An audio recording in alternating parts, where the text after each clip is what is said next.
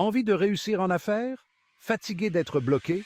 De voir les autres réussir sans comprendre pourquoi pas vous? C'est normal, et vous êtes au bon endroit. Dans cette vidéo, je vais vous révéler 5 stratégies imparables pour vous propulser vers le succès. Soyons honnêtes, le monde des affaires est une jungle. Mais moi, Paul Roodley, je suis là pour vous donner les clés pour régner sur cette jungle. Accrochez-vous bien, ça va décoiffer. N'oubliez pas de vous abonner pour ne rien manquer. Imaginez un instant, une jeune entrepreneuse, pleine d'enthousiasme, prête à conquérir le monde avec son idée révolutionnaire. Appelons-la Sarah. Sarah, c'est vous, c'est moi, c'est chacun d'entre nous face à un nouveau défi. Elle a l'énergie, la passion, mais le chemin du succès est semé d'embûches. Le premier obstacle qu'elle rencontre, c'est la peur de l'inconnu, ce satané doute qui vous ronge. Est-ce que mon idée est assez bonne? Est-ce que je vais y arriver? Combien de fois vous êtes-vous réveillé en pleine nuit, le cœur battant, à vous demander si vous aviez ce qu'il fallait? C'est normal, on est tous passés par là. Manque d'expérience, manque de réseau, manque de moyens financiers, autant de montagnes russes émotionnelles qui peuvent vous faire dérailler avant même d'avoir commencé. Mais Sarah est déterminée. Elle refuse de se laisser paralyser par la peur. Elle sait que pour réussir, il faut affronter ses démons. Premier obstacle, première leçon. Sarah est comme un boxeur qui monte sur le ring pour la première fois. Elle sait qu'elle va prendre des coups, mais elle est prête à les encaisser. Sa stratégie? S'entourer de mentors, de personnes qui ont déjà tracé la voie qu'elle s'apprête à emprunter. Elle passe des heures à lire, à se former, à s'imprégner d'un maximum de connaissances. Elle comprend vite que l'échec n'est pas une fin en soi, mais une étape nécessaire vers le succès. C'est en tombant qu'on apprend à marcher. Que diable! Et Sarah, elle marche, elle court même, elle est insatiable.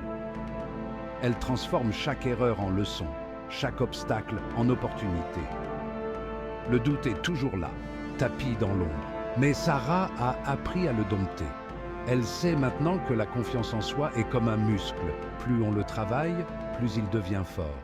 Chapitre 3. Le mur de la concurrence. S'imposer dans la jungle. Notre Sarah, elle commence à se faire un nom. Son entreprise prend forme. Les premiers clients arrivent, mais un nouveau défi se présente. La concurrence. Requins, gorilles, loups, prêts à tout pour défendre leur territoire. Le marché est une jungle et Sarah doit se battre pour survivre. Mais elle a un atout majeur, sa détermination sans faille. Elle a compris que pour sortir du lot, il ne suffit pas d'être bon, il faut être excellent. Elle se concentre sur ses forces, sur ce qui la rend unique. Elle développe une stratégie marketing percutante, crée du contenu de qualité, va à la rencontre de ses clients. Elle a compris l'importance des réseaux sociaux, de créer une communauté engagée.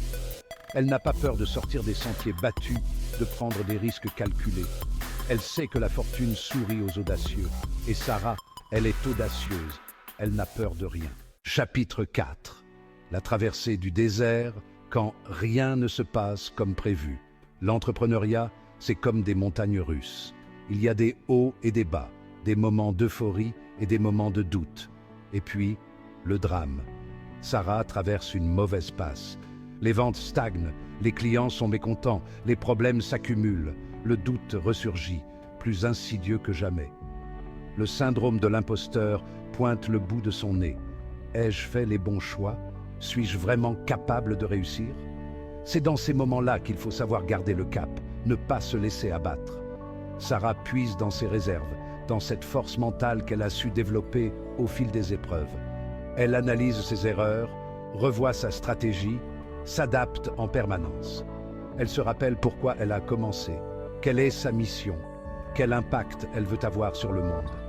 Et petit à petit, elle voit la lumière au bout du tunnel. Chapitre 5.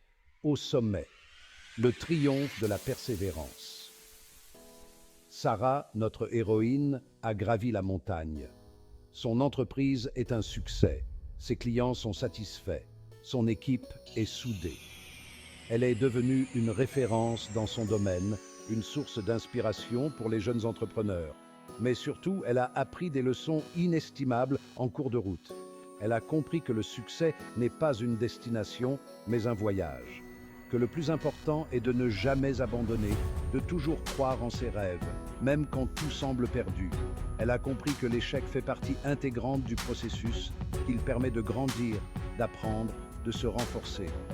Elle a compris que le succès se construit jour après jour, brique par brique, avec passion, détermination et persévérance. Alors, si vous aussi vous avez un rêve, ne le laissez pas mourir. Lancez-vous, faites des erreurs, apprenez de vos échecs et surtout, n'abandonnez jamais. Le succès est à portée de main. Il ne tient qu'à vous de tendre la main et de le saisir. Conclusion. À vous de jouer. Voilà, j'espère que le parcours de Sarah vous a inspiré autant qu'il m'a inspiré.